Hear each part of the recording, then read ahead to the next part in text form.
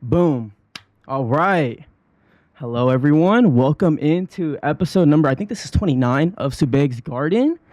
In this very special episode, I am joined by the one and only, the kindest man in the LSM community, my guy, Mr. Sean Mason. For the audience, who are you, Sean? Well, that was a very kind intro. Much too kind for me. Honestly, everyone in that group is amazing. So I don't need the extra praise. But I'm really happy to be here. So yeah, for those who don't know, I'm Sean Mason. 27 years old. I was born in 1996. I love video games. I love sports. I love anime. I'm a kind of a connoisseur of many different things. Mm-hmm. I'm a teacher by profession, so melding young minds during the day, and gaming and running on the side at in my free time. Mm-hmm. What subjects do you teach? So I'm a high school English teacher. So I teach English language arts. So I teach one section of seniors. That's actually an AP class. Mm-hmm. I teach a junior class, like a class for 11th graders. That's also AP, and then I teach an honors section of 11th grade as well. And then I teach two regular classes, a freshman and a sophomore class. Okay. So 5 sections. Yeah. Damn, busy man, busy man. Yeah. I also coach basketball. Oh wow, and really? It was my first year coaching this year. We actually we made the state tournament, playoffs for. I'm in Massachusetts. We lost in the first round. It was a rebuilding year, but yeah, we actually ended up playing our rival in the first round, and it's like our third time playing them this year. But they got the best of us this time. But I really enjoyed it. What type of actions do y'all run? Like triangle offense? No, I'm not Phil Jackson over here. I'm not running the triangle. It really depends on the defense we're going up against. In high school basketball, there's so much zone, like not a lot of man. Mm-hmm. So it really, with zone, you really want to prioritize like swinging the ball. If they do happen to play a man, you want to set some screens. On defense, we run a high 2-3 to start, and then a lot of the times we'll switch to a 3-1-1 for if we're going to do a press, if we need to press them. But overall, it was awesome. I had a lot of sophomores on my team. Okay. And I have some really good players. So the next 2 years are looking bright for us. So I'm like really excited. Oh, that's sick. That's awesome. I didn't know you coach. That's cool. Yeah, I mean, I don't really like talk about it that much, but yeah, it was this was my first year doing it. The coach that was there for a while, he ended up retiring, and they needed a coach, and so I figured, I'm like, what, why not? I'm gonna do it. And I had been the principal at my school, and like a lot of people in my district had been asking me for a while to coach, and I was like busy. This is my 6th year teaching, so I was getting my master's degree at the same time as being a teacher. So like, being a student and working full time, I'm like, I have my plate's a little full. And then this year I'm like, you know what? I'm going to do it. Yeah. And it was a lot of fun. I loved it. That's sick. So you're going to continue doing it, huh? Oh yeah. We've already talked about it for next year and stuff. That's awesome. Yeah. That's awesome. How are you doing overall right now? Overall, I'm doing great. So we just so this is our first week back at school we had a school vacation week, and in Massachusetts is weird. We don't have like a spring break in March. We have like a February vacation. Oh, okay. So we had a week off. We had a week off like 2 weeks ago, and then this is our first week back in school. And then Final Fantasy Rebirth came out, so I am like so excited because Final Fantasy VII, the original game, is my favorite game of all time. Yeah. And I absolutely adored Remake, and people ask me like, how hyped are you? I'm like, I've been anticipating this game since before it was even announced. Yeah. So like, I'm doing great. I'm absolutely loving the game. So I only played like 7 hours of it, and I am blown away by how well Square has done with the overall, Final Fantasy VII world. I'm absolutely in love. Yeah, we will talk about that a little bit later, but so for I'm glad that you're doing great, and I'm so honored, and I'm so honored to have you on. Like I'm honored to be Honestly, I'm honored to be here. Awesome, awesome. So for every guest I have, I give them an optional warm-up question. I actually have two written for you, but take it or leave it, Sean. I'll do either one. You'll do either one? Okay. I'll just... Yeah, if you want to do both, I'll do both. I don't care. Let's do both. Let's do both. All right. So the first one I got is what is... Oh, wait, actually, hold on. All right. What is one player you wish was a Clipper? It could be either current or former. Okay. This is a very interesting question. So if we're going with current day players, we had them for a while. Shai Gilgeous-Alexander. I know we got rid of him for Paul George. It was a big part of the Paul George trade, but the way he's developed into a bona fide MVP candidate right now is unbelievable. I actually saw this stat going around. He set the NBA record for most games finished with exactly 31 points. He has 12 games now with exactly 31 points. It's an NBA record in one season. I didn't know that. Yeah, he's just he's so much fun to watch. Yeah. I have League Pass, and Thunder I watch a lot because they're a great young team, and the way Shai plays is just amazing. And I'm not saying we have a hole at point guard, but we haven't had a bona fide point guard probably since Chris Paul. So I would love Shai to be on the team. He's an amazing player to watch, and I really enjoy watching him. But like I said, our team's not doing bad. Yeah. We're playing much better than expected. Kawhi's playing almost every game. Paul George is playing almost every game. Defense looks unbelievable. I know Russell Westbrook fractured his hand last night. I saw it. So annoying. I can't believe that happened too on the freaking 1st of March too. Yeah, and against the Wizards too, one of the worst teams in the league. Winless team in February. Did you see the clip that like how he fractured his hand? It looks so I was watching the game. Yeah, I was watching the game. Oh, okay. Nice. It happens. He's got to rally around it. Luckily, James Harden is fitting great with the guys. I'm not the biggest Harden guy, but I wasn't the biggest fan when they got him, and when they started off 0-5, I was like, oh gosh. But then they started winning, and I was like, all right, he's fitting in with the guys, great. So I'm like, people are just gonna have to step up. Terrence Mann, all of our guys are just gonna step up. Busy Bones. Yeah, Bones. Yeah, I actually got to see him play live. When they came to Boston. When they came to Boston, they played the Celtics. They blew out the Celtics, and Bones Highland got some time, so I was pretty pumped. Kobe Brown probably got some time that game too, I think. He did. Amir Coffey got some time. Amir Coffey, I love Amir. He's so underrated in my opinion. But okay, so that was the first one. The second one I got is, what is your favorite Clipper team? Oh, so my personal favorite team of all time, that Clipper team, was the 2013-14 Clippers, the infamous Donald Sterling year. I am convinced that team, if that Donald Sterling fiasco didn't happen, I am convinced they would have made a run to the finals. I'm convinced they would have beat that Spurs team, and then that Spurs team handled Miami pretty solid in the finals. They beat them 4-1. I am convinced that team would have beat them. It was the year before the rebranding. We had Blake, prime Blake. He finished 3rd in the MVP voting that year.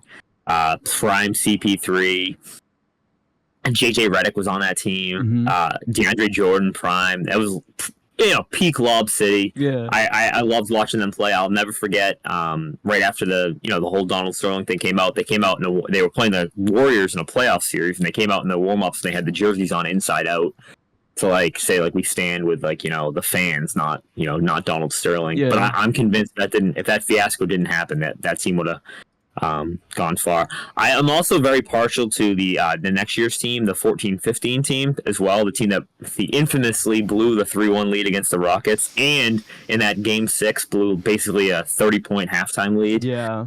To James Smith. Harden sitting on the bench for Josh Smith. Yeah, that was those two teams in particular. I think were probably the two best teams prior to the breakup of Lob City. I really enjoyed them play. That 06-07 team too, with Elton Brand.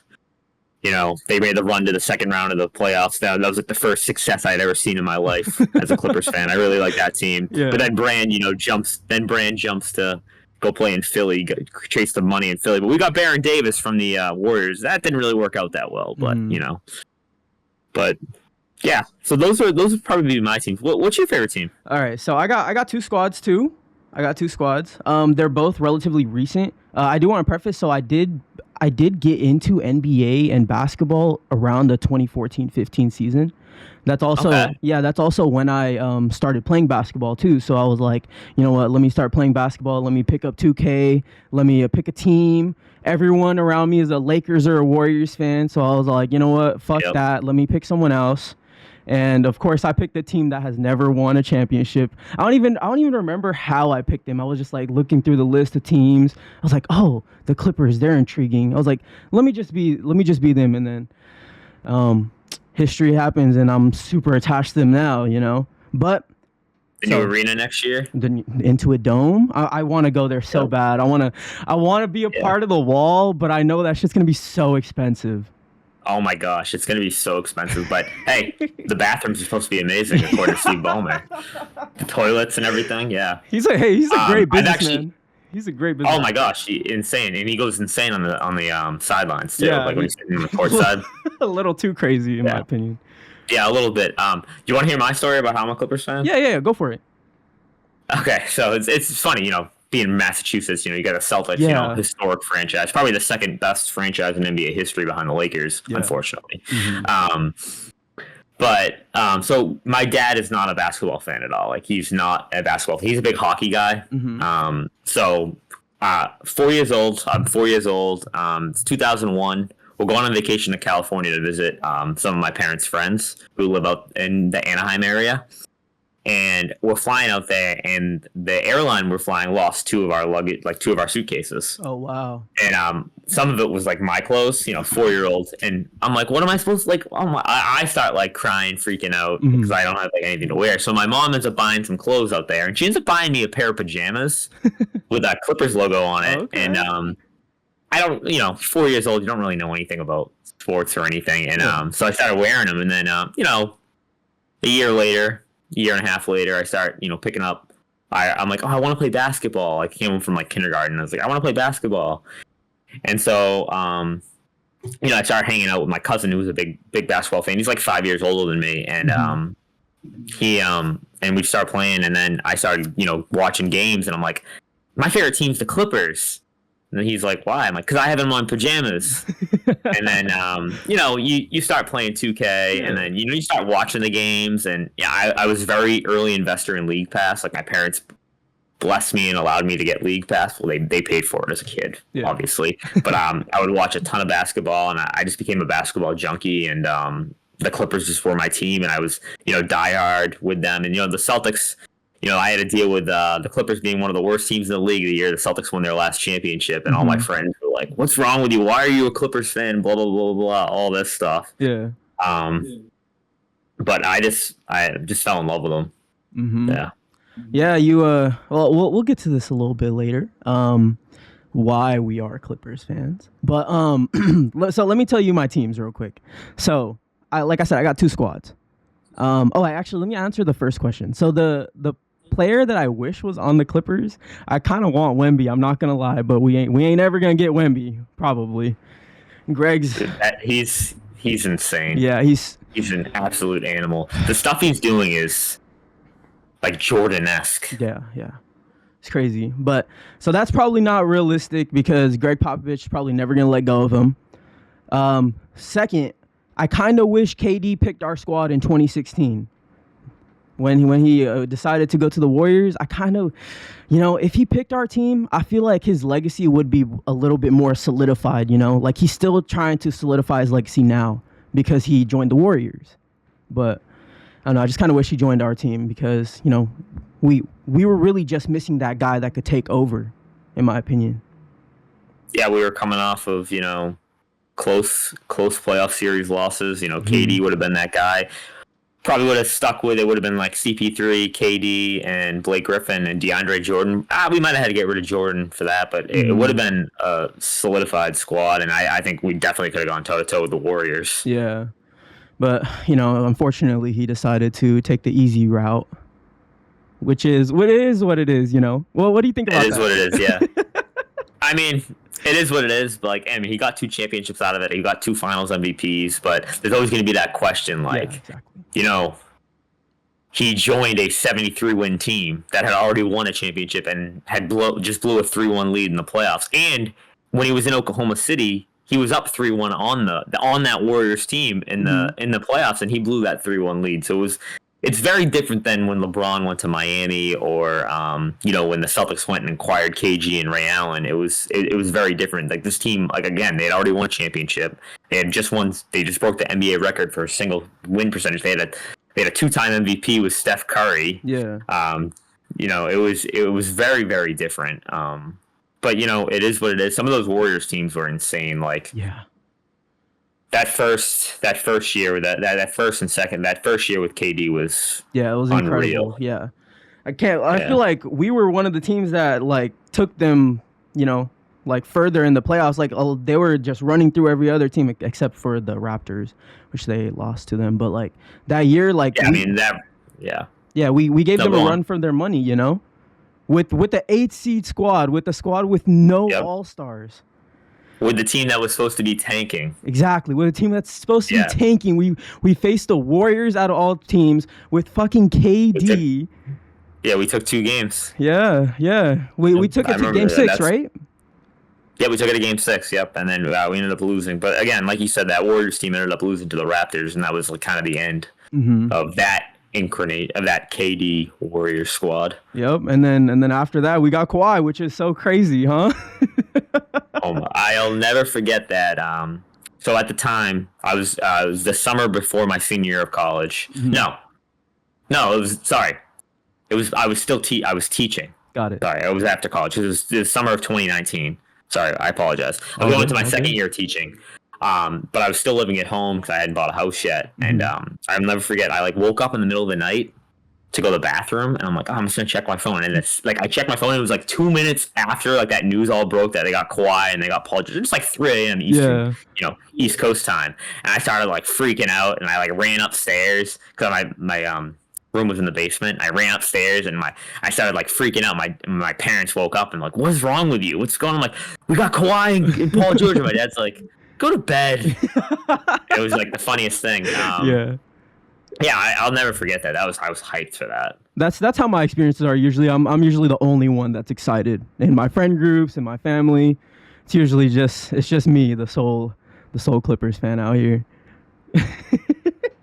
But so that's one of my teams, is that 2019 team. With that was the 8 seed with Tobias Harris, Boban, Shea. We had Lou Will. We had Pat Bev. I remember that post game conference after KD dropped like 50 or whatever on us, and then Lou Will was just like, "What are we supposed to do?"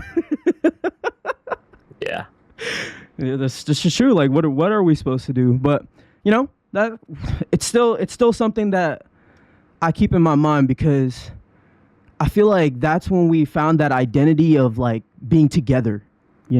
Like, not one piece is better than the other. We all gotta come and unify, and then we'll succeed from there. I feel like that's the starting point of that, like, thought process for that team. Yeah, I definitely think that was, like, the building block for what we're seeing now.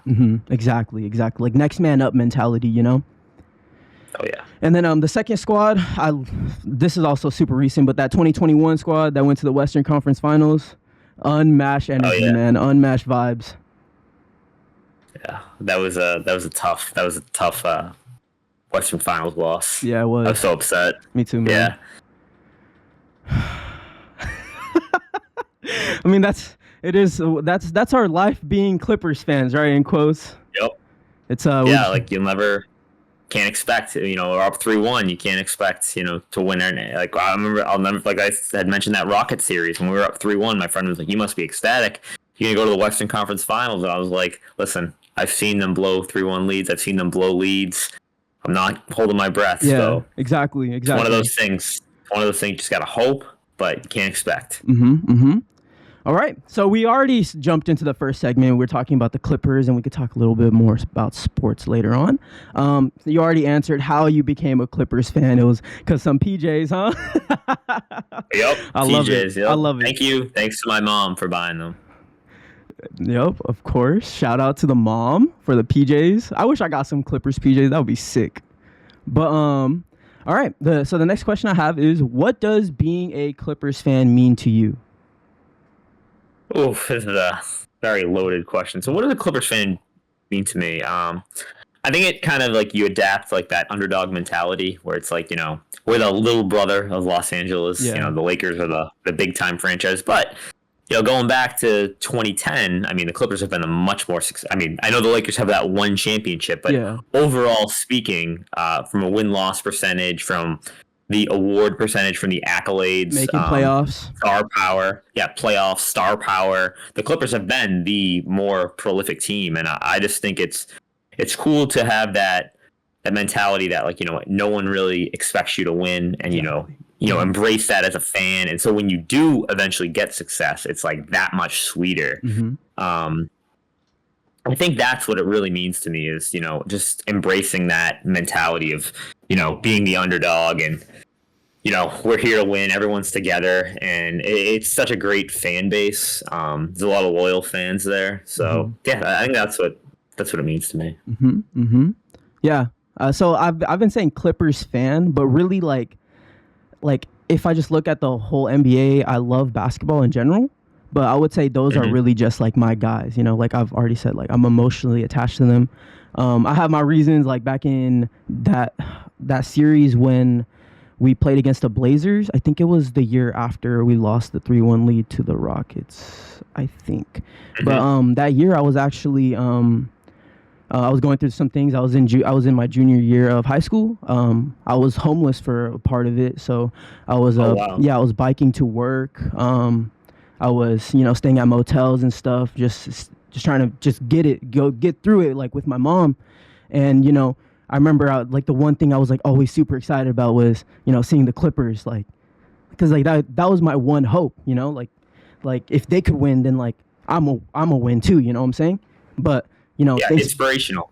Exactly, but I wasn't winning in real life, and then on the court they lost to the Blazers. Like I think Austin Reeves, Jesus Christ, Austin Rivers. He like hurt his like face. He had like a black eye.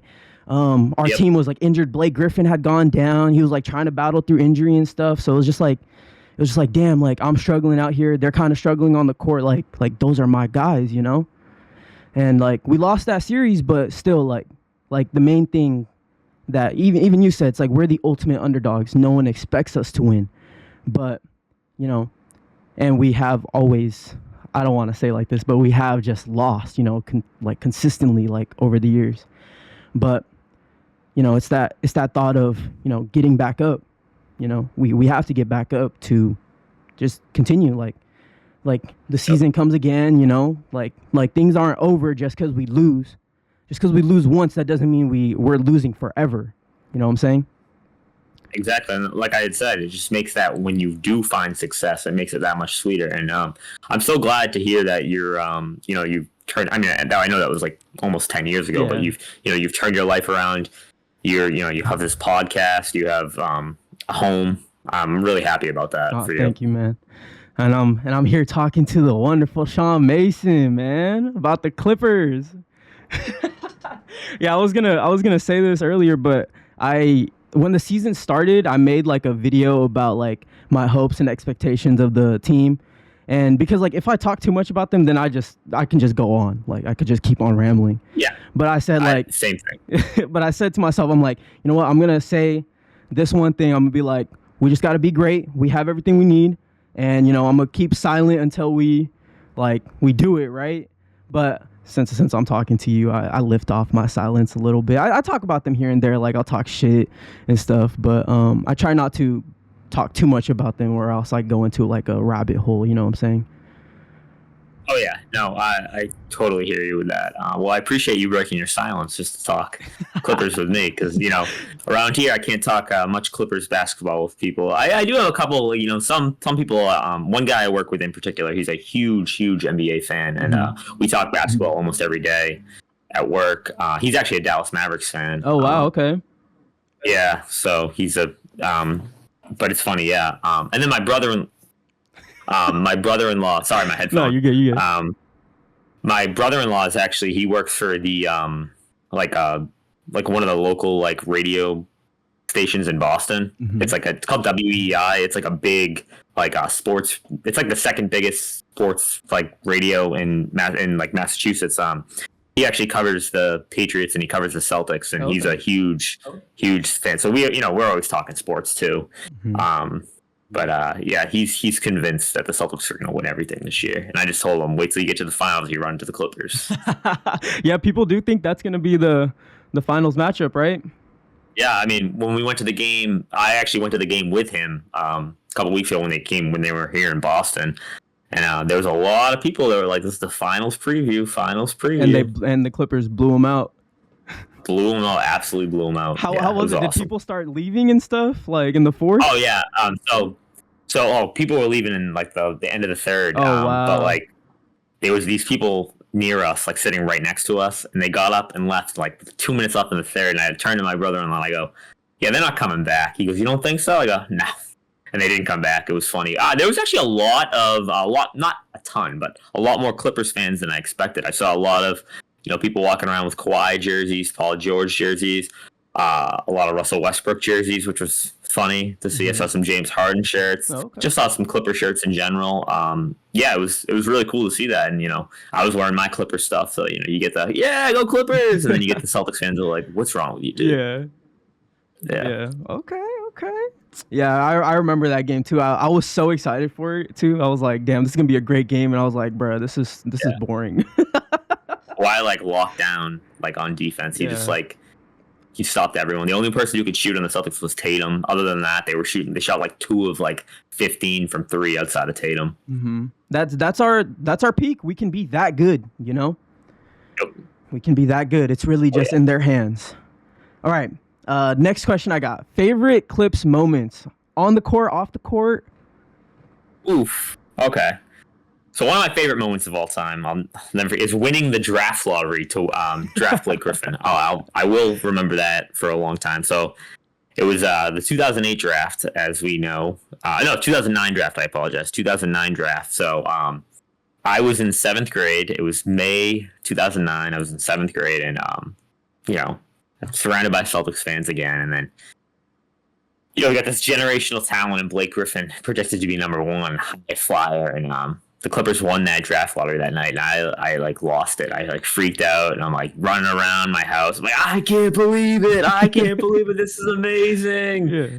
And again, I'm 12 years old, so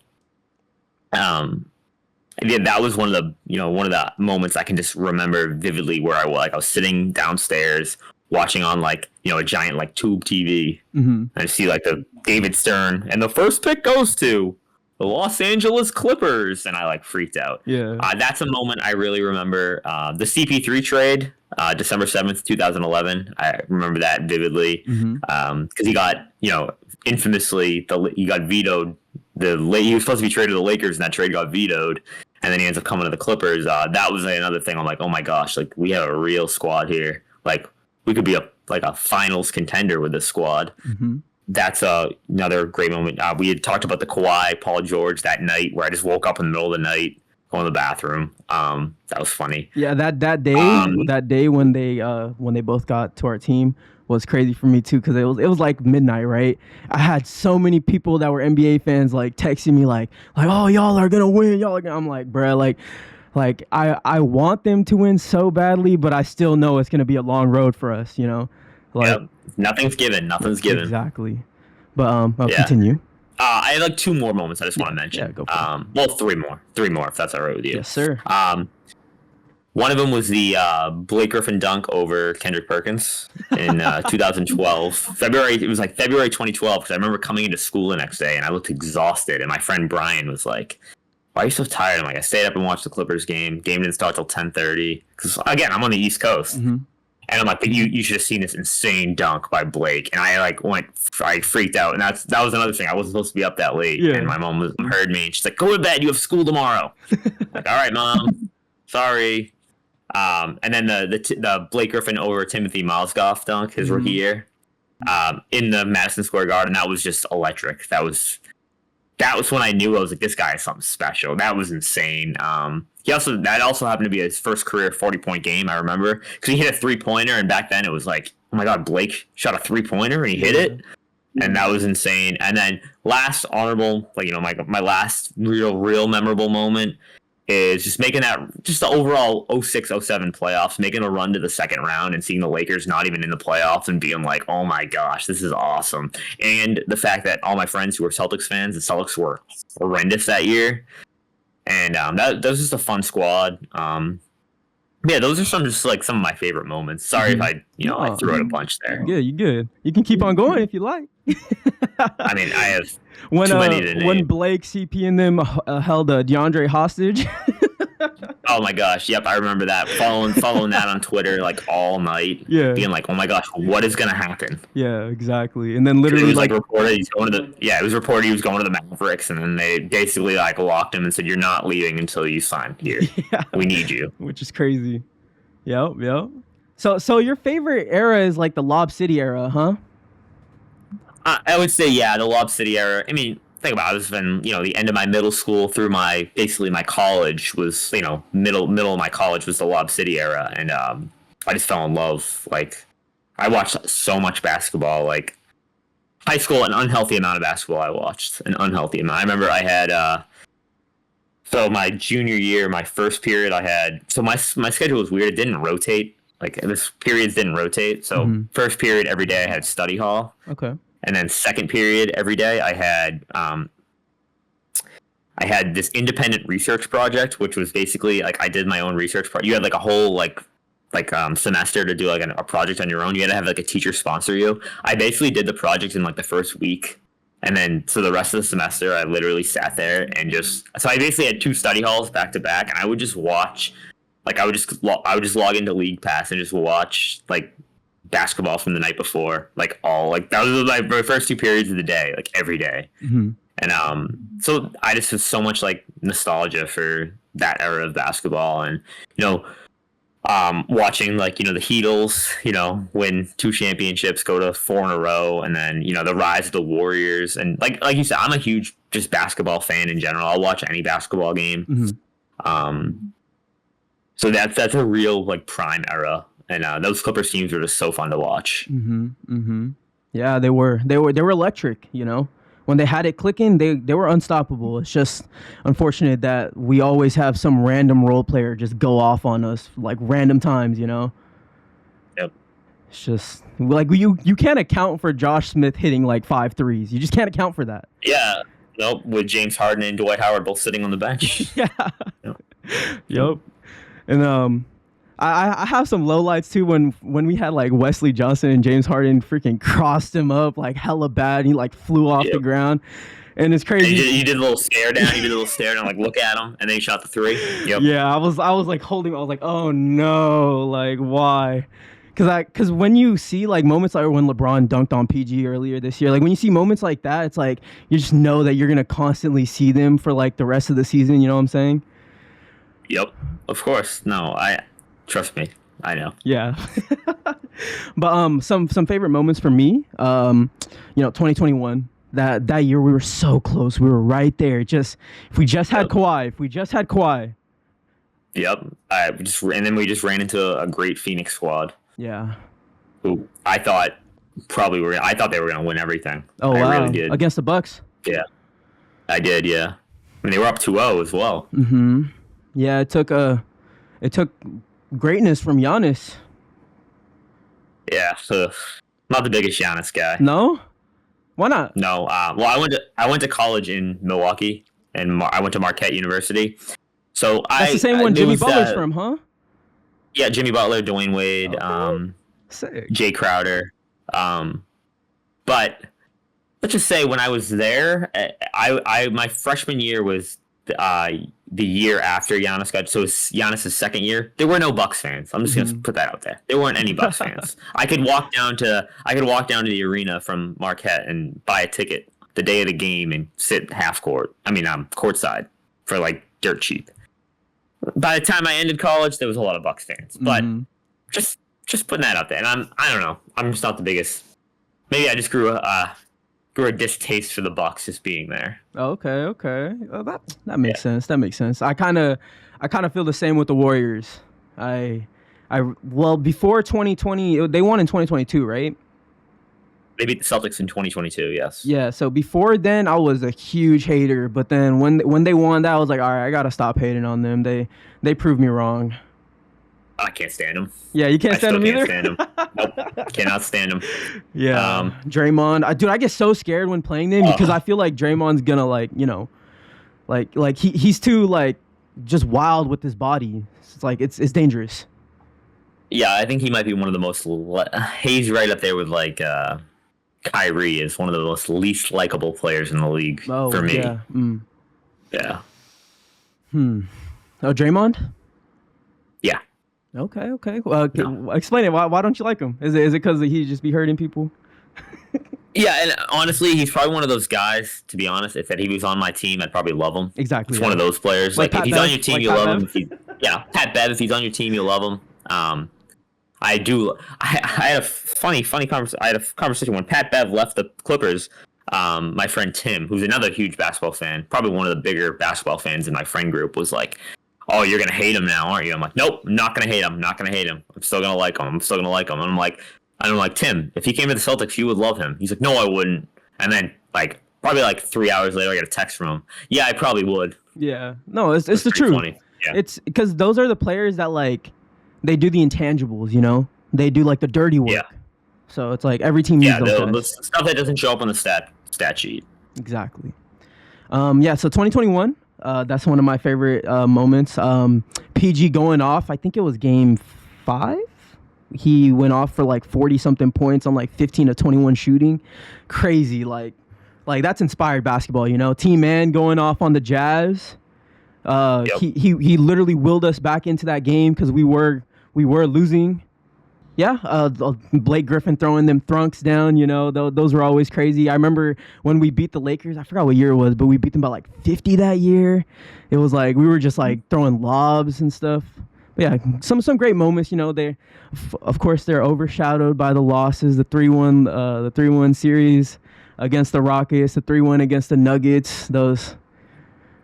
Yep. Those, of course, are always going to overshadow. That Nuggets one was sad. It was. That Nuggets one was really sad. It really was. I was I unfollowed them too. I was like, man, fuck this shit. I was like, God damn it. We were right there. We were I really wanted to play the Lakers. I really wanted to play them that year. Cause I feel I feel like we would have gave them a run for our money. And in the bubble, there was that one play where LeBron clamped up PG and Kawhi. And I was like, damn, I want them to get back at him, but we just couldn't make it. But how ironic would it have been if the Clippers and Lakers finally played in a playoff series and it was in the bubble, not even in LA? Yeah, that would have been ironic. Mm-hmm. But there's even some theories that I've heard that the Lakers were always going to just make the finals that year. You know what I'm saying? I don't buy any. I don't buy any. You don't buy that? Conspiracy theories. Nope. I don't buy any conspiracy. Can I tell you why? Can I tell you why I think that? Why? Okay, so they need the ratings. No. So it was a podcast with Austin Rivers and some other people, and they were talking about the bubble, and they apparently before it was halfway through the bubble, they all came together, all the players, all the coaches, and all that, they were thinking about not doing the bubble anymore. They were thinking about just just dropping it all and just going home. Yeah, I remember that. Yeah. Yeah, and so apparently the one person that went up to the stage was Udonis Haslem, and he literally just went went on stage and asked LeBron if he's staying or leaving, and that's they're gonna make their decision based off of that. If LeBron was gonna stay. I remember. Yep, I remember all that. Yeah. So in my eyes, that makes me think it was kind of written for them to meet. Interesting. Of course, it's just a theory. It's just a theory. Just a theory. Yeah. No. Hey, whatever. Everyone has their own opinions. I'm good with that. But yeah, we were so close that year. It was a meltdown though. It was a meltdown for sure. One of many. Yeah, one of many. But it's okay because brighter future. Yes, exactly. Like I said, we get back up every time. That's what being a Clippers fan means. Every person has a role. Roles matter in every team-based thing. Video games, even when you're playing games like Siege and stuff like that. These things that you take away from a team-based sport, like they translate. And I think they, of course, yeah. And I think they're starting to like really learn that, like when Harden came to the squad, like they weren't doing good, but even he said he's like, let me just start making some shots. Like we're gonna gel, like we're gonna connect. It's gonna happen. It's just a matter of when. And then like Westbrook accepting his role, decided, hey, I'm gonna come off the bench. Yeah, selfless. That was huge. Selfless, yeah. Yep, very selfless decision. Yeah. Yeah, that's how we succeed. You gotta next man up. You gotta sacrifice some of your time. You gotta sacrifice your minutes. You gotta sacrifice your body for the team. And I think they're starting to really like learn that. Mm-hmm. All right. Thoughts on the current season and roster? We've talked about. I think you kind of already talked about this, but yeah, like I really like the chemistry this team has. Like we've said, they really mesh well together. Mm-hmm. It's a bummer that Westbrook broke his hand last night, but like we said, it's next man up, has to step up. Like I said earlier, I am shocked at how well Harden has fit in, and he's made the team so much better. Just mm-hmm. the ball control on offense, the flow of the offense looks so good when him, Paul George and Kawhi are all clicking. It's like that's a team you can't mess with. Mm-hmm. You can't beat them. Yeah. But yeah, I do like the team. I know the West is so stacked. Like so stacked. Those 10 playoff teams, like the two play-in teams plus all the other playoff teams, it's so close together that like you lose one game and all of a sudden you can drop from 4 to 8. Yeah. And it's really insane. I was saying this at work. We could potentially have a play-in with the Mavericks, the Lakers, the Warriors, and the Suns. That would be an insane play-in. A play-in tournament for those 4 teams. That's how stacked the West is, and it makes me appreciate how much more, how well they're playing because they're a couple games up. But 2 weeks ago we were the 2 seed, and now we're back to the 4 seed. And we struggled coming out of the All-Star break. I know we won last night, but it's one of those things you can't drop a couple games. It's you drop 2 games here and there, and you're gonna fall. And just there's so many good teams in the West. You got Denver. OKC, Minnesota's playing great, and I don't want to fall so low into like the play-in area because I don't want to have to play the Warriors, win or go home game. Yeah, exactly. And then like the league like loves like the Warriors and Lakers right now too, so it's like I feel like the refs wouldn't be as fair in my opinion. But mm-hmm. we always get hoed by the refs too, in my opinion. Like they do not treat our superstars like superstars. At all. I think it really depends, depends who the refs are, it depends where you're playing, it depends the flow of the game. Yeah, it's so it's certainly interesting. I was really upset actually earlier this year or later last year, sorry, when they traded our length for Harden. I was super mad because it's worked out. So. Yeah, it's worked out, but we still those are still our holes though. Is our length. Like, that's our main hole right now because Harden's filling, like, that PG role, right? Yeah. But, No, I hear you with the length. Yeah, I hear you with the length part. That's why, we can't really afford many injuries, especially to anyone who's, bigger. Yeah. Yeah, and Russell, too, because he actually rebounds the ball well for us, too. So it's like... he's probably one of the best rebounding guards in NBA history. Yeah, exactly. So it's just like that's a big loss. And people say he's our emotional leader. I honestly think our emotional leader is PG. But I could see why people say that Russell is our emotional leader. But overall though, honestly, even though we lost some of our length, I still think we have everything we need. Like at the end of the day, we got the players we wanted. We got the players that are playing well for us. We got the players that want to be on our team, and it's just up to them. They just gotta wake up and realize like their greatness, you know. Yeah, no, I totally hear you with that. I think, like we had said, they have such a great chemistry that, you know, it's always that next man up. And honestly, if Russ was gonna break his hand at some point, I'd rather have it now than be, you know, April. Yeah, in the playoffs. That's what I mean. So let's get him back right before the playoffs start. Hopefully, you know, 5-6 weeks he comes back, get a couple regular season games in, and just get rolling. Mm-hmm. Yeah, and then in the meantime, like let's hope that like Bones and Kobe and Amir and like all them, they like get their minutes. They start playing well too. They mesh well. Maybe they could show like next man up. Yep, and next man up. Maybe they could show Ty Lue like, oh, we deserve minutes too. Not PJ Tucker though. I do not want PJ Tucker to get no more minutes. Yeah, I don't think he'll be seeing the court anytime. Which is so weird because he complained like pretty much the whole season, and now he's getting playing time and he's not shooting the ball. Like what are you doing? I don't know. I think he's just fed up with the overall. I think you know, sending him home that time, I think, is what kind of put him over the edge. All right.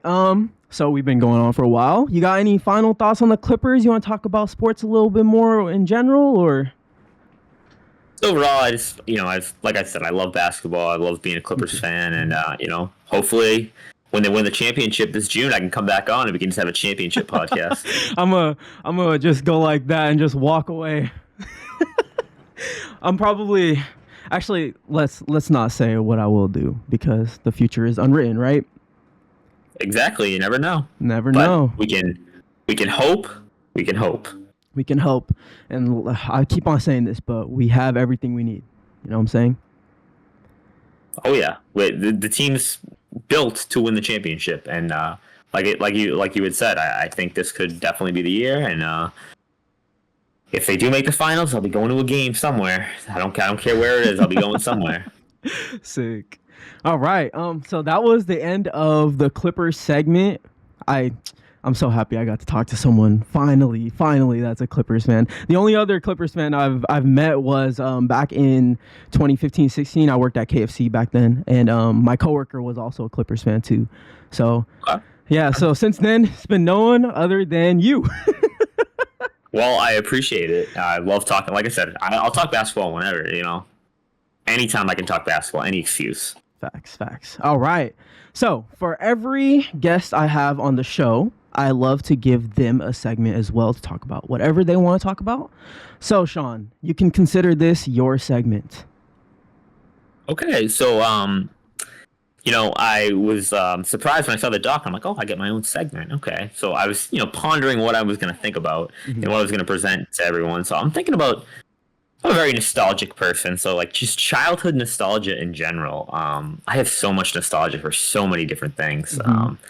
And I want to know, what's your experience with nostalgia? Are you a nostalgic guy? Yeah. I was actually going to say like, can you like define what does being like nostalgic mean to you? Like, what is that feeling?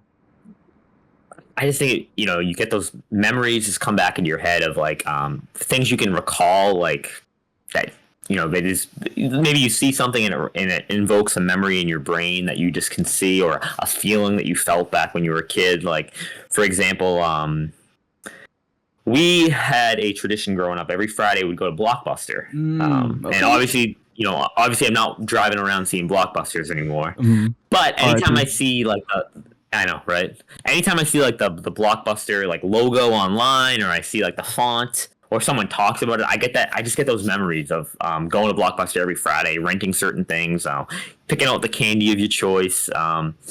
My family would do every Friday we'd go to the 99 restaurant, which is like a local New England restaurant, and right next door would be a Blockbuster, and we'd go to the 99. I would get, you know, my kids meal, whatever I get at the 99, and then we'd go over to Blockbuster. I would get to choose. I get to rent a game. My sister would get to rent a movie, and my dad would rent something, and we'd all get our candy. I'd get my Mike and Ike's. I get my box of Mike and Ike's every single time. My sister would get her snow caps, and my dad would either get Whoppers, which is like such an old man candy right there. Yeah. Whoppers. My dad's not that old, but he would get Whoppers. And I'll never forget, like, just going to Blockbuster and just browsing all the different games, renting games, and like we used to rent, like, even though it was like 2002, 2003, we'd still rent N64 games and put them in and be like, hopefully our save file's still here from last time. It was never there. Yeah. But I have so much nostalgia for this Blockbuster because it just brings back so many good memories. One memory in particular, I rented Brave Little Toaster, the movie. Okay. When I got home and we opened it, they gave me Brave Little Toaster 2 Goes to Mars. That was in there, and I was like, no, I wanted Brave Little Toaster 1. And my dad, bless his soul, drove all the way back and said, no, we got Brave Little Toaster 1, and they gave it to us. But yeah, Blockbuster's a huge nostalgic memory for me. Just something about Blockbuster. Okay. Do you kind of get what I'm saying? Yeah. So it's like to me, being nostalgic is like being like cozy, like feeling like warmth. You know what I'm saying? Yeah. Like a time gone by, almost, where it's like you're reliving. Of course. Yeah, you're reliving like your most coziest memories, I would say. Yeah. I actually feel nostalgia all the time, all the damn time. When I was in like middle school and high school, we had basketball practices late at night, so like at like 6, 7, and it'd always be super dark. And we always practiced like during the fall, so it was always cold. So now, like, anytime I step outside and it's like dark and it's like that crisp air, like I always get that feeling. It's like, damn, like I'm going to practice, like it's that like nostalgia feeling. Yeah, playing games, I am super nostalgic about Nintendo games. So anytime I play like a platformer, or like anytime I even like, because the last Pokemon game I played was Legends Arceus, which is super different from other Pokemon games. But even playing that, like you feel like a kid again almost. You feel like that child in you. Yeah, I know. I totally hear you with the Pokemon thing. Like, I haven't played Pokemon since Sun and Moon, but I have such, like, when I just see like the sprite of like a Trico from like Gen 3. Trico is my favorite Pokemon. I get instantly brought back to, I remember being in Walmart, getting my Pokemon Sapphire. My sister got Pokemon Ruby, and I'll never forget Ruby back then. Yeah, I'll never forget like just playing through it and being a kid sitting in the, like, my dad had a truck and we used to go to the beach, and sitting in the back of his truck, like the part where like you like the pickup part of the truck. Yeah. Like sitting back there with a blanket, eating goldfish, playing my Game Boy, and just like running through like just the Hoenn region and just playing Pokemon. It brings back so much. I feel like a kid again. Yeah, and I'm like, oh my gosh. And then being a teacher, I see it all the time with nostalgia, just like being in a school. Every morning I'm driving in and I'm like, 10 years ago, I was driving to high school. And it's like, I know a song comes on and I'm like, I was listening to this when I was driving to high school. Mm-hmm. So I get a lot of nostalgia from games as well. A lot of JRPGs give me nostalgia. I'm a big JRPG guy, and a lot of the times they bring me back. And platformers as well. Like, I'm a huge Crash Bandicoot fan. Oh, okay. And, when the Insane trilogy came out, 6 years ago, that brought me back to as a kid. And I have a vivid memory of being a kid and, probably like 2001, 2002. Me and my sister were playing Crash Bandicoot Warped. We could not beat one of the bosses. The boss is named, I don't know if you're familiar with Crash Bandicoot, but the boss is named I only played Engine. The first one. So I okay, so Engine's not in the first one, but there's a boss, Engine, in the third one, and we could not beat it. Like, we were like, no, we can't beat it. We ended up going to bed, and then the next morning we woke up, we go downstairs, and it's beaten for us. Mm-hmm. And we freaked out and ran into our parents' room and we go, Dad, you beat Engine for us! Oh my god! And we like I'll never forget that moment. Was he like sitting with you guys, like watching you guys play it, or what? Yeah, well, my dad's a big gamer. He's sick. He's awesome. Why I'm into video games. He's why I'm into video games. We have a lot of the same video game tastes. Like, he's why I love JRPGs. My dad's a huge inspiration in my life. But I'll never forget that, like, running up and like, basically jumping on the bed, and my mom's like, "What is going on right now?" So that's a lot of nostalgia there. She just didn't understand, man. She just didn't understand. Gotta beat Engine. I have a lot of nostalgia for just Kingdom Hearts in general. Like, I'm a big Kingdom Hearts fan, and like playing that game for the first time. Anytime I boot it up, I flash back to like 2nd and 3rd grade. Yeah. And playing through it, and my sister's 3 years older than me. but she had a friend who was playing it too. His name was Danny Pantano. I'll never forget him. I used to be so jealous of him because, like, you know, you're a little kid. You know, I'm like 6 or 7 years old. Like, I'm like really struggling to like get through the game, and I'd beat a world and be like, oh my god, I can't believe that. And I see him; he's so much further ahead than me. And I'd always be like, Kelly. My sister's name's Kelly. But Kelly, can you ask Danny how to do this? Can you ask Danny how to do this for me? And I'll never forget that. Like I said, just a lot of nostalgia for games, school, music, snacks as well. Like snacks. Okay. Yes. Like, give me some. And I see this all because I'm a high school teacher, so I see kids. You know, they have their snacks all the time. Anytime they pull out a bag of goldfish, it just brings me back to being a kid. I'm like, my mom used to. We were a big goldfish family, so it just brings me back. I'm like, oh my gosh. You know, sitting outside in the summer, eating goldfish. My mom used to give us red Solo cups filled with like goldfish. And like, during the summer, we'd eat them. Teddy Grahams as well. Teddy Grahams, a lot of nostalgia for Teddy Grahams. I never heard of that. I was a big that. Teddy Graham kid. Teddy Grahams? You never heard of Teddy Grahams? No, I've never. Oh my gosh. I'm actually looking that up right now. Teddy Grahams? They're like little graham crackers shaped like teddies. Taste like teddy bears. Got it. Okay, so it's just a graham cracker pretty much. It's like a graham cracker, but like there's like a honey flavor chocolate. I'll never forget that. Like that brings me back so much memory. Sports brings me back a lot of memories too. Like I was a big baseball player growing up too. Like driving by like any type of baseball field, I instantly get filled with those memories of just like game day, going to the field and being so like, oh my god, this is my whole life right now. Like this is like win or lose. My mood is gonna be determined if we win this little league game. Yeah. I'm 11 years old and I'm like, a lot of pressure on me. I'm going to the mound to pitch, and it's like you need to perform here, and like, you know. Oh, you're a pitcher, huh? I remember. Yeah, I was a pitcher. I remember 12 years old, little league. We're in the game before the championship, and I was pitching, and I remember I threw a no hitter. Ooh. And like I freaked out, and I was like so much emotion. I felt like I was in the MLB or like, you know, any time of professional sport. I like freaked out and like. It was just so much fun, and I'll never forget that night, like going home and being like, "Wow, I can't believe I just did that." And like I'm thinking I'm like the best player ever. Yeah. Again, I'm 12 years old. Yeah. You know, even like the snack bar at the ball field, you know, getting like a hot dog and French fries, like that was like my treat, and like I like looked forward to it so much. Mm-hmm. Just like, sorry, I'm rambling. No, here. You're good. You're good. I have so many childhood memories that just bring me so much nostalgia and so much joy. Yeah. Some other snacks too, Pop-Tarts as well. Pop-Tarts. Which one? Give me a flavor. All right, so I mean, I can rank them all. I'm a big list guy. Okay. Like, I have lists for a lot of things. Yeah. So like my top like three. Like, I'm a big s'mores fan. Like s'mores Pop-Tarts just hit the spot. Wild berry. Okay. Wild berry Pop-Tarts. Another thing of nostalgia with Wild Berry is when the Pokemon first movie and the Pokemon movie came out, or the second movie, I don't know, one of the Pokemon movies, they had a Wild Berry Pokemon like adaptation thing. Instead of like they had like little sprinkles on them, but they were shaped like Pikachu's on them, and all the boxes came with like a Pokeball.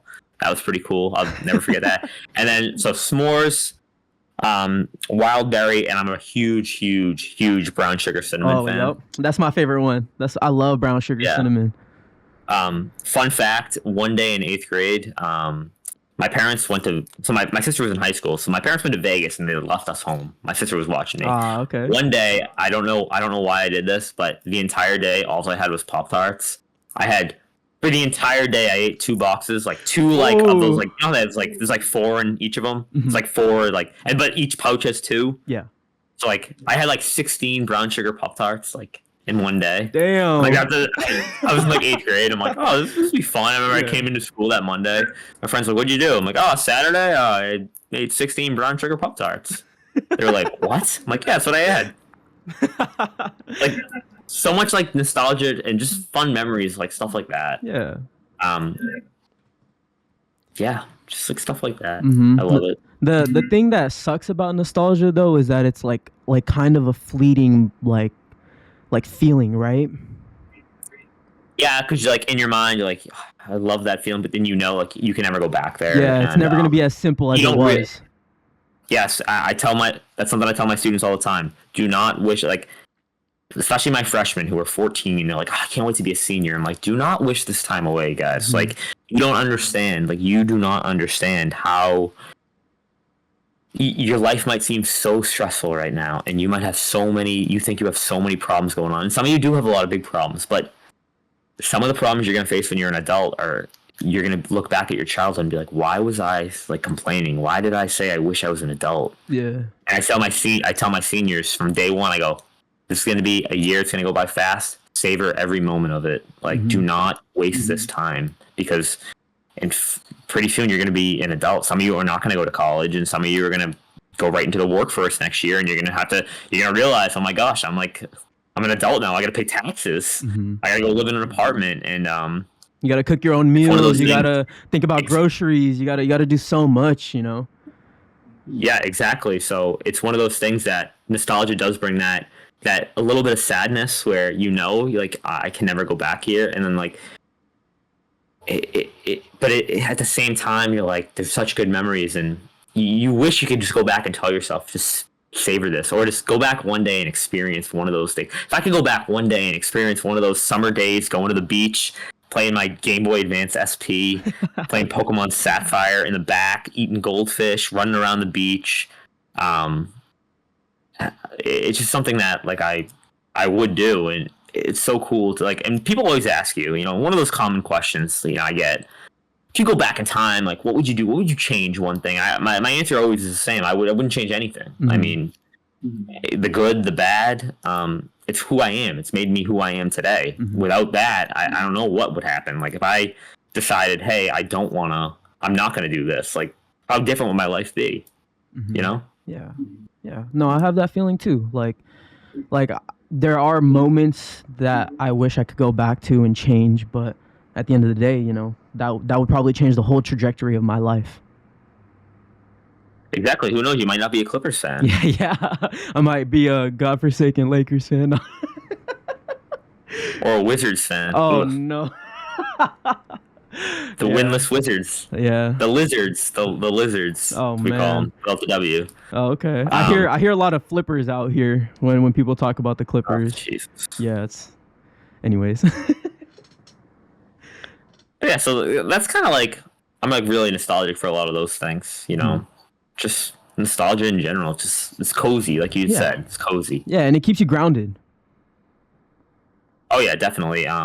It also makes you like relevant, like how short life is. Like, it feels like it was yesterday, but I'm like, geez, that was 20 years ago. Yeah. Like, oh my gosh. Yeah. Those moments hit me when I buy like physical games, because when God of War Ragnarok came out, I remember I pulled out my God of War 2018 copy.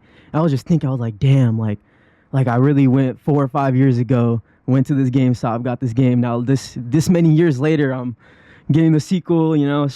It's these little moments that you hold on to. I feel like that with COVID. I mean, it's basically 4 years ago is when like basically everything started shutting down. That was 4 years ago. Like, it feels like it was yesterday. Yeah. Yeah, exactly. And I'm like, oh my, like, that's another thing I'm like, not nostalgic for, but it's like, it was such a weird time. Yeah, it was. Like, it was my second year of teaching, and I remember coming into school. The NBA the NBA canceled postponed the rest of the season on a Thursday. I remember work that Friday, and I was so just upset and sad, and like, it's like, this is so weird. And my principal came on the announcements at the end of the day and said, hey, we're going to be closing for 2 weeks for this COVID. And we're like, what the heck? And I remember walking out to my car, and a guy I work with, he was a science teacher, goes, hey. I go, what's up? He goes, I'll see you next fall. And I go, what do you mean? We're coming back in 2 weeks. He's like, you're not coming back.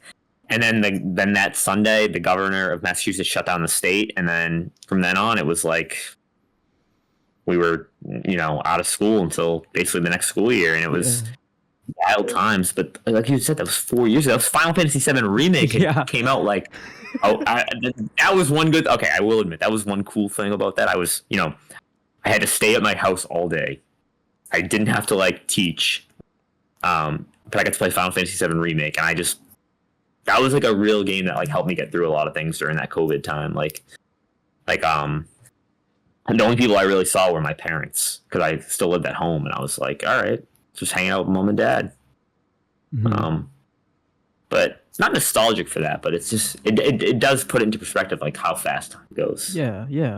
Yeah, that COVID time was interesting for me too, because it's funny. My life really didn't change much because I was working at the bank that at that time I was a teller at Wells Fargo, and the bank's not gonna close, so we're still gonna keep on going as business as usual.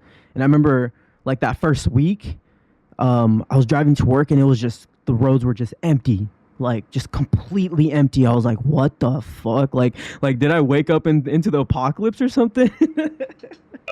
It was the most. I'll never forget when I first started seeing masks out in public. That Yeah. was like a whoa. This is like, and then little by little, then all of a sudden you're wearing one, and it's like, oh my god, like is this what life's gonna be like the rest of our lives? And it Hmm. was a very unknown time. Teaching that for that rest of that school year from March to June was so weird. We would teach our subject 1 day a week, Hmm. right? 1 day a week I'd be online all day. But like it wasn't mandatory for the kids to come. Because this is like remember, this is like the end of the 2020 school year. It was more of like, we don't know what's gonna happen. So that Hmm. was so weird. But then the next school year coming back, was even weirder. We were in like a hybrid model with kids at home and some kids in front of you, and it was the weirdest thing. But I'm so glad things are like essentially back to the way they were. I mean, Yeah. it's obviously some stuff has changed, but um, like at school, like no one wears masks anymore. Like even last year, we had a lot of kids wearing masks. Not a lot, but we had probably 30% of kids wearing masks last year. And Hmm. this school year, I can probably count the amount of masks I've seen. Hmm. Like the people who wear them, it's like Yeah. nobody wears them anymore. And Yeah, it's most people like, just wear them when they are sick. I've noticed. yeah, yeah, and but it's just like it's so like weird to think like that wasn't a long time ago where we were like we didn't know like was life gonna ever be the same again. Yeah, yeah. No, I remember because customers were coming in and even they were like, "Oh, should I withdraw all my money out? Like, what should I do?" And I was like, "Well, your money is protected FDIC, so you don't need to." But Yeah, it's just like no one knew what was going on. yeah, yeah. It was a wild time. It was crazy, but yeah, that was. I have nostalgia for COVID too because me and my boys that was when we were hardcore into Siege. So we were like grinding out Siege. We were every day I would come home from work and be like, "Let's hop on, guys," and then we would just grind out Siege until I had to go to bed, pretty much. And it hasn't been the same since. That friend group that grinded Siege, we do not play anymore. So Yeah, it's just funny how fast time goes. yeah, I, I I agree. That's nostalgia, right? That's Oh just yeah, nostalgia. that's nostalgia right there. Any final points you got for your segment, Sean? No, I'm really happy we got to talk about this because I think my wife is like gets upset because I talk about nostalgia a lot, and she's like, "Oh, can you stop talking about this? All right, I understand you went to Blockbuster every Friday." Yeah, I would say the stores that I have nostalgia for are Costco. When So, yeah, when I go into Costco, I get hit with a rush of nostalgia. But now I dread it because I always get so much when I go there, and it's like my bill is like piled up, and it's like, God damn it. that's another thing about not wishing away your childhood. You go into the grocery store now and you're like, "Wow, I have to pay." I'm like, "How did my mom afford this with two kids and a husband?" And I'm buying groceries for one other person and me, Yeah. and I'm like, "How do they afford this?" Yeah, it's crazy. But yeah, that was childhood nostalgia. So Perfect. perfect. Next segment we finally got to some video games. To end off the show. So this is gonna be a little bit more open discussion. But what have we been playing, Sean? Well, I started Rebirth this week, and Mm-hmm. like I had mentioned earlier, Final Fantasy VII, my favorite game of all time. I played through it for the first time in 2003. I did watch my dad play through it when I was like 3 in like Mm-hmm. 1999, like those the right before Christmas '99. I watched him play through it, but I didn't like remember any of it.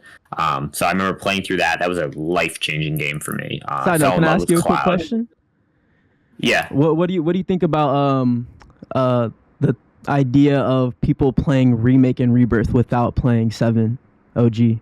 So I think you should play the OG first. That's my opinion. But if you're not going to, I could it's okay, but do not play Rebirth if you've not played Remake. Like, please do not play Rebirth if you've not played Remake. The games are different enough where like Remake is essentially a sequel. Like we had, like people have said, it's basically a sequel to the original.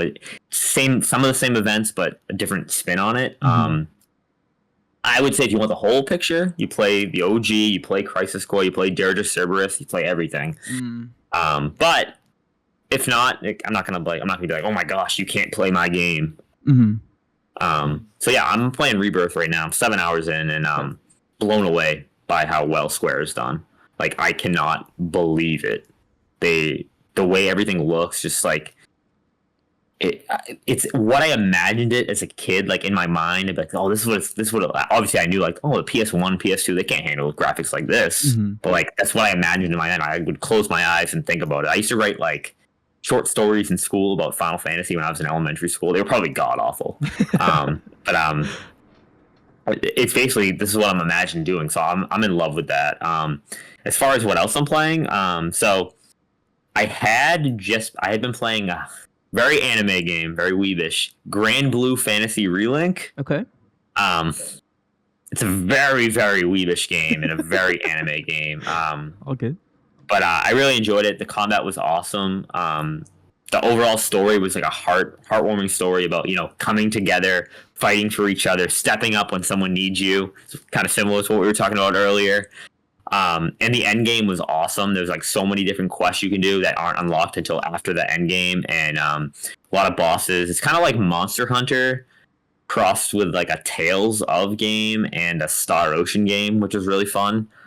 Those are two of my favorite series too, Star Ocean and Tales. So I was playing that, and then I also bought Ultros, which is like a Metroidvania. I don't know. Do you remember the PlayStation Showcase from June, like last year? Yes, I believe so. There's a game called Ultros, and it had like a really cool art style, and it's a Metroidvania. It came out like a couple weeks ago, so I picked it up. I played a little bit of it so far. I don't know when I'm able to get back to it because of Rebirth, but it is awesome. I really like Metroidvania games. And the art style is just amazing. Like, I feel like I'm like, it looks like someone painted the pictures like on there. So those are like the three main games I've been playing. To start the year, I played Red Dead Redemption for the first time ever. Okay, the first one? And I never had played it spoiler free. I'd gone in, I didn't know anything, and I was blown away. I couldn't believe how good. I cannot believe. I'm like, how did this game come out 14 years ago? This game feels like it came out like a couple years ago. It was so good. The story was amazing. Yeah, I would say Rockstar games, they hold up pretty well. Yeah, I'm a big GTA fan, so the GTA 6 trailer, I think I've watched well over 100 times. Yeah. Okay. So the main games that you are playing is Grand Blue. Well, you're done with Grand Blue, right? Or are you still on it? Pretty much. I mean, there's a couple trophies left I have to get for the platinum, and I'm like, but they're so difficult. Like, they're like very like, these bosses are insanely difficult. Like you have to like, the one boss I beat, it took me like 2 hours just to beat it. Like just going back, just trying it over and over again. And finally I beat it and I freaked out. Are you playing alone, or are you playing with people? You can play with people online, so I usually just try to pair up with randoms, because if you play with the AI, they're not that good. Even though I'm like max level, my entire party's maxed out level wise. So you can play with like 3 other people, and that really helps. And there's like a Discord for it where you can like, join up with people. Oh, wow, okay. But even then, it's still really difficult. Like some of these boss fights are insane. Yeah, I heard that's what I heard about the game, where it's like the base game, the game doesn't really start until like end game. The end game it's really good though. The end game is so good. Like and the story, like I said, the story's not nothing to like, nothing to like, scoff at. It's not that bad. It's only like 10 hours, but it's a cozy, very anime JRPG. Very anime. Sick. Yeah, I was pretty intrigued with that game, but I don't know. I didn't pick it up. Do you think it's worth playing? Do you like action/combat? Like action/combat? You'll probably like it then. Hack and slash combat. That's what basically it is. I mean, the story, like I said, it's not like the greatest story ever. I mean, it's good though. It's a heartwarming story. Okay, got it. And there's there's a lot of there's 12 different characters to play from. Oh wow, to choose okay. from, and they all play very, very differently. Okay, so like, does each character have like a special skill and like weapons that they could use? Yeah, and they stuff? all have like some of them have different. They have different weapons, special skills, special like arts. Like each character has like arts, and you can equip. There's like 8 of them. You unlock them as you level up, and you can basically you can build your character the way you want to play. It's pretty cool. I am using a guy like his name's Siegfried, and he reminds me a lot of Cloud. That's why I use him. Mm. He's a really like almost like a Buster Sword esque Buster Sword ish weapon, and like very heavy attacks. So I like using him. But there's like some people who are like basically like mages. There's other people who have like guns. There's other people who have like dual like blades, kind of. I don't know. It's really cool. Like there's a lot of different builds for it, and there's real like when I play it with other people, like everyone's using different people, which is awesome. Yeah, so it's like no one's playing similarly. Everyone has their own play style. Yeah. Sick. So you're almost done with the game, pretty much. Pretty much. I mean, I've basically done everything you can do except for like there's like 2 boss fights I have left, and that's it. Okay. And they're ridiculous. Really hard. They're ridiculous. Yeah. Got it.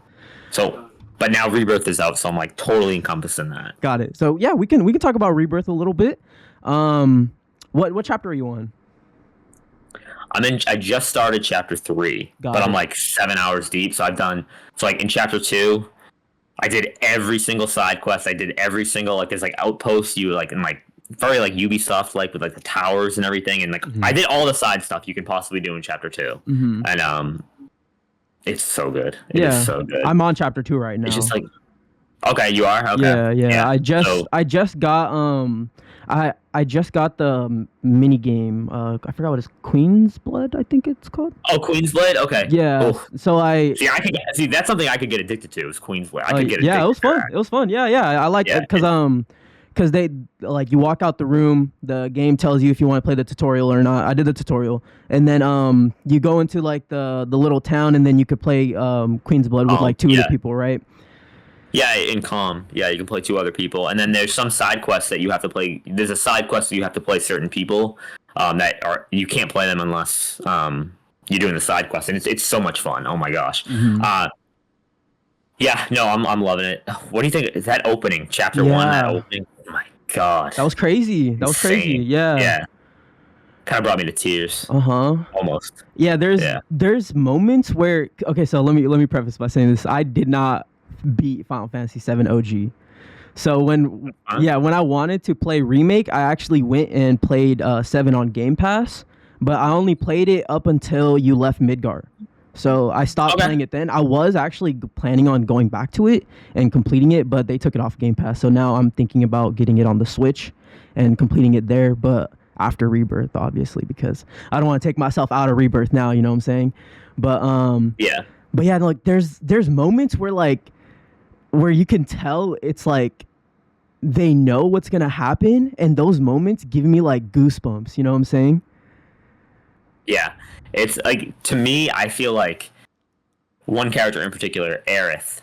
It's not. I mean, if you played Final Fantasy VII Remake, I mean, I feel like she already knows like the fate of the world, and like she's trying to change it. Like I feel like, and that is what's so different than the OG. Is like she didn't know. Like I feel like her and Sephiroth, like they know like what happened, or like what is supposed to happen. It's so there's so many theories about it, and like I don't know. I'm loving it. The combat's awesome. Yeah, the combat is so good. I love the addition of like being able to do like aerial combat a little easier, like because you have to like hold circle and then attack, and then you like launch up into the air. And I like that. It's a little bit more predictable, I would say. Like it's easier to pull off. Yeah, I also like this. I like the synergy abilities too, where you can like pair up with someone. That one's really cool.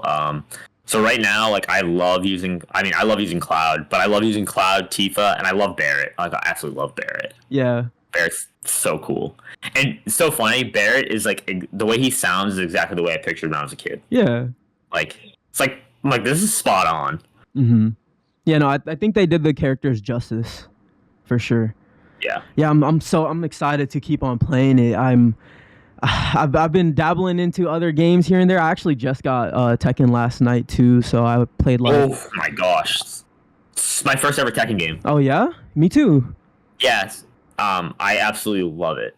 Like, I couldn't believe it. Like the way I don't know if you know Mr. Matty plays, the way he Yeah. talks about it, and the way Lord Yeah, Cognito talks Mr. about it is Cog. like Yep. insane. Yeah, a couple. So back last summer, I was in New York, and I went to a Mets game. It was me, Cog, and Sav, who's like one of his ILP friends. Mm-hmm. Um, and I don't know if you from Astro Parrot King from the Yeah, I know Discord. him. I follow him Yeah, on Twitter. yeah, Yeah. yeah. We went to a Mets game, and the way that they were talking about their memories, and just go back to nostalgia. They were very nostalgic for Tekken. The way they were talking about it, I'm like, all right, you guys sold me on it. I'm gonna get Tekken 8, and I like love it. It's so good, and I'm not good at fighting games at all. Like Yeah, I'm me neither. terrible at fighting, but it is so good. Like, oh my god, I'm loving it. Yeah. I dabbled a little bit. I was because I'm playing it on PC, so I was really just optimizing my settings and stuff to get like the best Yeah. to get the best graphics, performance, and all that. But yeah, it's really, I would say the main thing is like it's really punchy. You could really feel like each hit on like the characters and stuff. So I really like that. And this is also one of my first like not 3D because it's still kind of on a 2D plane, but it's like you can kind of move like in a three-dimensional like way. You know what I'm saying? Yeah. The only other fighting games I really, other than Smash, I don't really count Smash Bros. But like, and PlayStation All Stars, of course. But I have the platinum for both the Vita and PS3 version of that game. Oh so. my god, I'm jealous because I didn't get the online trophies. Now the servers for I'm like, oh. But other than Smash Bros was like the Dragon Ball Z fighting games. Like, oh, I'm a huge Dragon Ball guy. So like, those fighting games, I have so many hours in those. But those are the only games I'm terrible at fighters, like Dragon Ball Fighters. I'm like terrible at that game. But like the other games, like the Budokai games, the Budokai Tenkaichi games. Yeah, the more like, casual. Those are the right? only. Yeah, those are the only ones I have like real history with. Soul Calibur 2 on GameCube, so I could be Link. Oh yeah, cool. Okay. Yeah, that's about it though for fighting games. Yeah, for me it's super recent. Like I jumped in to Street Fighter 6, so that was like my like first like real like jumping in, learning like the mechanics and all that. And yeah, I skipped out on Mortal Kombat, but I was super intrigued with Tekken 8 because it's the first game on first fighting game on Unreal Engine 5, graphical fidelity. You know, the character customization is really cool. Like I like that you can. It's so good. Yeah, it's so good. Yeah, it's. I still have to play the story, obviously, but I heard the story's really good too. It's really good. It's really good, and like I can't believe how good like story. Like I'm like I don't know fighting games can have a story like this. Yeah. It's I'm excited to keep on playing that. Other games I've been playing, multiplayer wise, Finals, Overwatch, Helldivers 2, and I've been playing a little bit of Madden. Have you played Helldivers? I have not played Helldivers. So I did buy it. You know, and I went to go boot into it, and I couldn't get onto the servers. This is like probably like last week. I couldn't get in, and I tried for like hours, and they couldn't get in. And I'm like, oh, I'll try again later when they fix it. But then again, I was so caught up trying to get their Grand Blue Fantasy Platinum, and then Rebirth is out now, so I don't know when I'm going to get to it. But it seems like a blast. Like everyone is enjoying it, and that is like something. Like I did not see this coming. Did you play the original Helldivers? No, I didn't. No, neither did I. So like, it looks really cool. Some of my friends are playing it and they're loving it. So I'll jump in eventually. Yeah, it is. It's really fun. I would say the most unique aspect of the game is the stratagems, and like that creates very like chaotic moments. And I think that's what makes this game special. Is like the synergy and the chaotic moments that come from the stratagems specifically. And like not like killing your team, like because there's friendly fire, of course. But yeah, no, the Helldivers is cool. So you're planning on still playing it though, right? Yeah, I'm gonna play it eventually. Yeah, I'm definitely gonna play it because I want to jump in because it just seems so much fun. Yeah. Nice. And then what was that Metroidvania game called that you Oh, Ultros. Ultros. Yeah. ULTROS. Yeah. ULTROS. I'm gonna look it up. Ooh. Yeah, I love pixel art too. I love like hand drawn. Like that's the main thing that I love. Me too. I'm a big hand drawn pixel art guy. Like it's really good. I think it's gonna get buried though because of the time it came out, which is kind of sad. Like, that's why I feel kind of about Pacific Drive as well. I feel like that game's gonna get buried. Yeah, it's just there's just so many games coming out, right? So many good ones at that too. Yeah, we thought 2023 was good. Jeez, yeah. 2024 is like insane. Yeah, exactly. It's like starting, and we're getting freaking. There's literally gonna be like 4 games that are dropping on one day this month, like Princess Peach, Dragon's Dogma, Rise of the Ronin, and then Horizon 2 on PC. So it's like, like so many games are coming out. The week before that, you have the battle. I'm very nostalgic for the Star Wars Battlefront games, the 1 and 2 on PS2. I'm getting the second that collection. I was freaking out when that got announced. I'm so hyped for that. Like, I cannot wait to play that. Me too. Yeah, I never played the OG Battlefront games in its heyday, so I get to experience it. So good. They're so good. Oh my god. Yeah. Actually, this is a side note, but I feel like because I have played Battlefront 2, but that way later, like I played it on like the 360 with like the OG Xbox disc. But like I would say Helldivers is very Battlefront-esque, in my opinion. Okay. That appeals to me a little bit more. Yeah, it is. It's very like there's even straight up enemies that are like ripped out of Star Wars. Like there's straight up ATSTs in Helldivers. And it's like when I first seen that, I was like, bro, that's straight up an ATST. It's like it's crazy. And then the vehicles that they're adding to the game, that like they look like warthogs. So it's like they kind of look like Halo warthogs. It's crazy. Like there's a lot that they could do for Helldivers, but yeah, it does remind me a little bit of the OG Battlefront games for sure. But cool. Well, I was gonna say you were saying like there are so many good games, and yeah, there is. I was talking to my homies and I was telling them like I feel like I haven't played a bad game in a while. The last bad I did play Redfall. I did play that. But even that's like it's not like horrible, you know, it's still just like mediocre. Oh no, it's not like it's very mediocre, but like that wasn't bad. But yeah, I know what you mean. There's just so many good games coming out, and like there's so much to choose from. Like I don't get why when people go, "Oh, there's nothing to play." It's like there's so much to play. Yeah. This like I'm a big like I said, I'm a big JRPG guy. The Legend of Heroes, the Trails series, like Legend of Heroes, Trails of Cold Steel, Trails in the Sky. That one of them's coming out. It's called Trails Through Daybreak, and like that's like the next big game in the saga that's finally coming to the West. I cannot wait for that. That's 2024 right now. Like that is like an investment. Like that's a series like you have to play every game or you're gonna be lost. Yeah. Like, you don't play the other games, and there's so many games, and I actually love that series, so I cannot wait for that. You played all those games, the Trails of games? Oh, of course, yeah, yep, the Trails of games, the Trails games. I absolutely love them. I love the combat. I love the story, the relationships. It's like a combination of like Persona and kind of Final Fantasy to. Kind of a combination of those two. I'm a big Persona fan too. I did not play Persona 3 Remake yet though. Yeah, me I neither. Played 3 Remake yet. Me neither. Yeah. Just so many games to play. Like I just wish I had so much more time. Because I was looking at Persona 3 Reload because I have it through Games Pass, and I was looking at it. I was like, damn, do I want to stop playing Rebirth for a little bit so I can check this game out, or like what should I do? And it's like I'm the type of person where it's like if I'm like hooked by something, I will drop other games and just play the one. You know what I'm saying? So it's like I gotta really be like mindful of that. Yeah, I like Persona a lot, but I've already played Persona 3. Like I played it like I had played it before like a long time ago, and then I played it when they did the re-release. Was that last October or was that I don't know. Whenever the re-release came out, I can't remember when it was. It was last year, I believe. Yeah, I played it through it again there. So like I just played through it already, and like I'll play through it again eventually, but I'll get the remake eventually, but not right now. Yeah, for sure. Yeah, I heard that the remake is pretty faithful to the story as well. Yeah, so I don't know. I'm looking. Persona 3 is not like my favorite. Like I really like Persona 5. Like Persona 5 Royal, I really really like. And I like 4 Golden a lot too. Like the 4 and 5 are like my 2 favorites, obviously. Like, and I played them all though. Speaking of Persona adjacent, I would say Like a Dragon. You interested? That's the number 1 game on my backlog right now. Oh wow, really? Like a Dragon. So I have not played Yakuza Like a Dragon, so I have to play like a Dragon, like Infinite Wealth too. So I have to play like the original Like a Dragon first.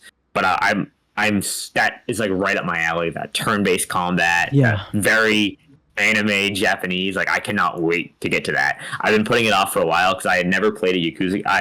Up until last year, I had never played a Yakuza game. I played Yakuza 0 last year, and I really liked it. But Like a Dragon and Infinite Wealth are like right up my alley in terms of gameplay wise. So I am going to get to that. I made a promise to some of my friends that I would get to it. So I'm going to at some point this year. I have to. Yeah, I actually just beat that game like last week before Rebirth came out. So it's still kind of like it's still on my mind a little bit. I wanted to get through it so I can play Infinite Wealth pretty much. But yeah, it's good. Yeah. I have a little bit of gripes with it. I would say the combat is good, but I feel like, which I think Infinite Wealth builds upon it. But in Like a Dragon, you can't control like your characters in combat, so they kind of just roam around on their own. I kind of don't like that. Another thing I don't like is how unpredictable like the enemies' turns can be, especially in the bosses. I'm not gonna spoil the bosses, but there is some bosses where it's like it should just be like I take a turn, you take a turn, I take a turn, you take a turn. But sometimes it randomly just goes where it's like I take one turn and then you take 3 turns. And then I take like my next turn. It's like that. I kind of wish was not in the game. It kind of spoiled my experience a little bit.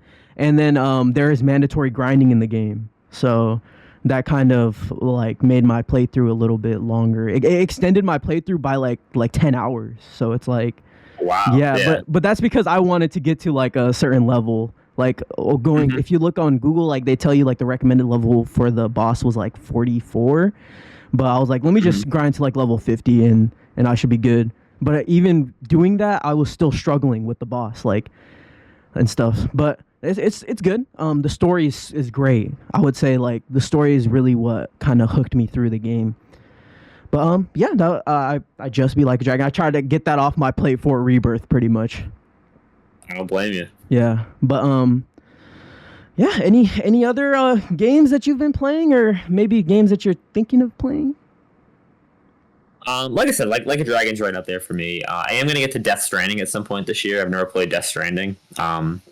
Just mainly because they, the Death Stranding 2 and whatever Death Stranding is. It called Death Stranding 2, or is there like a? Yeah, I think it's called On the Beach or something like that. Yeah, whatever it is. I am gonna get to Death Stranding at some point. I've just put it off for a while.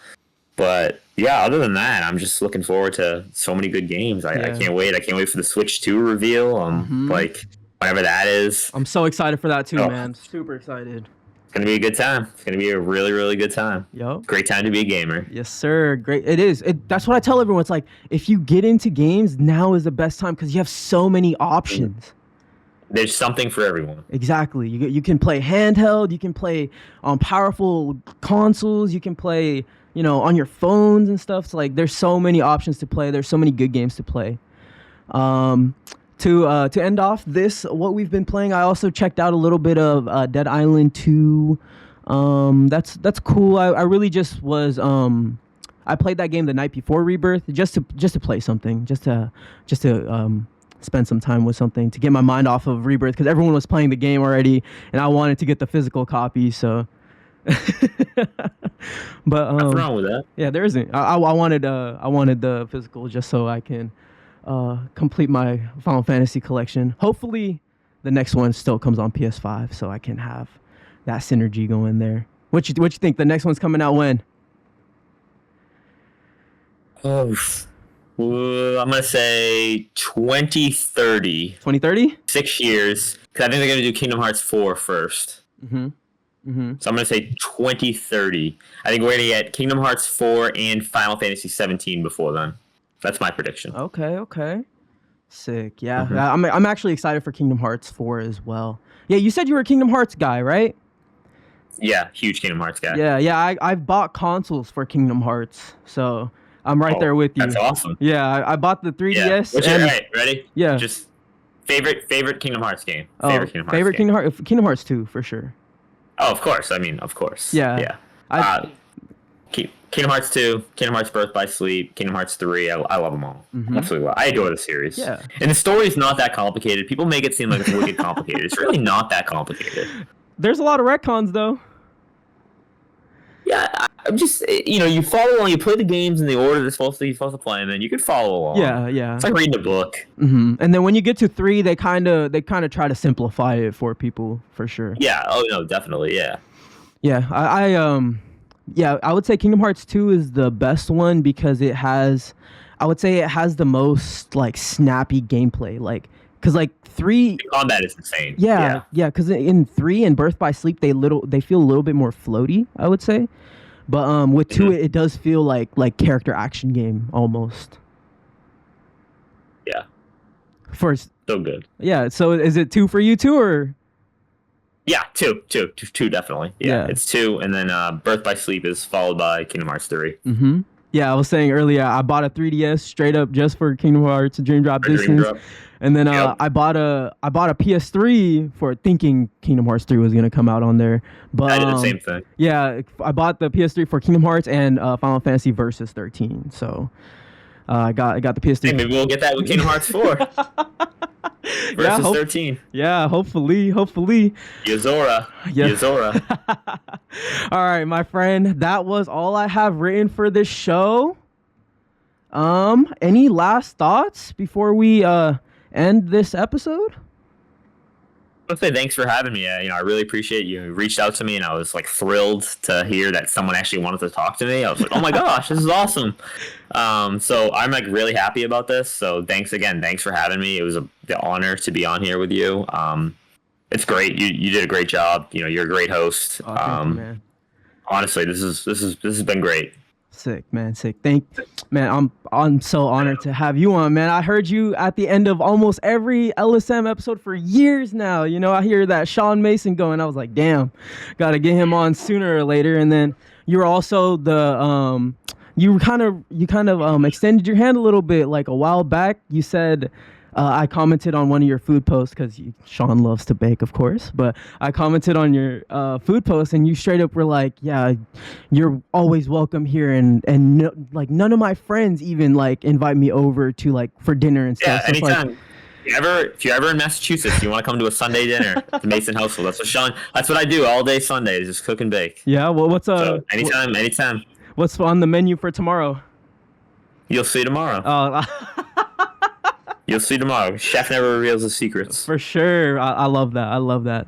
All right, Sean, for the people, if they want to reach out to you or follow you on any socials, where can they do that?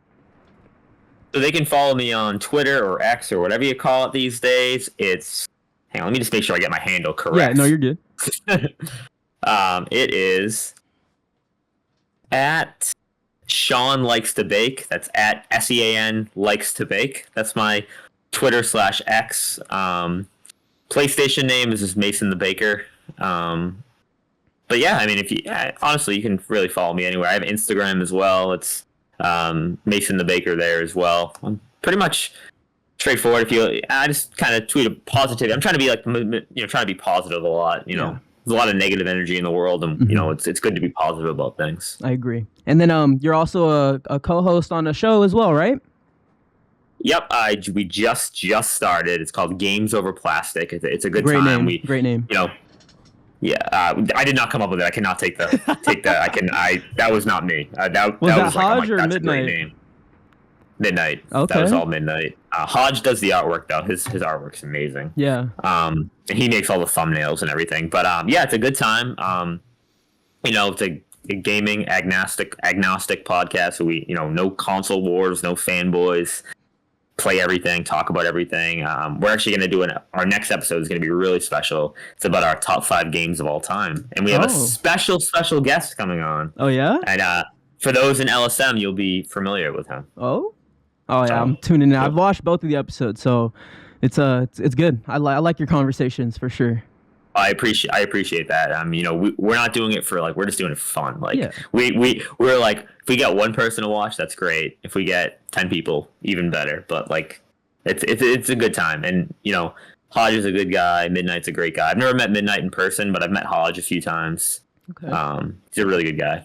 Cool. So check them out on it's on Midnight's YouTube channel, correct? It's on Midnight's YouTube. It's on podcast services everywhere. Literally, if you just look up Games Over Plastic, it will come up. Games Over Plastic. And that was the Sean Mason episode. For the audience, if you got this far, thank you. I really appreciate it. And to my guest, Sean, thank you so much for coming on. I had such a great conversation.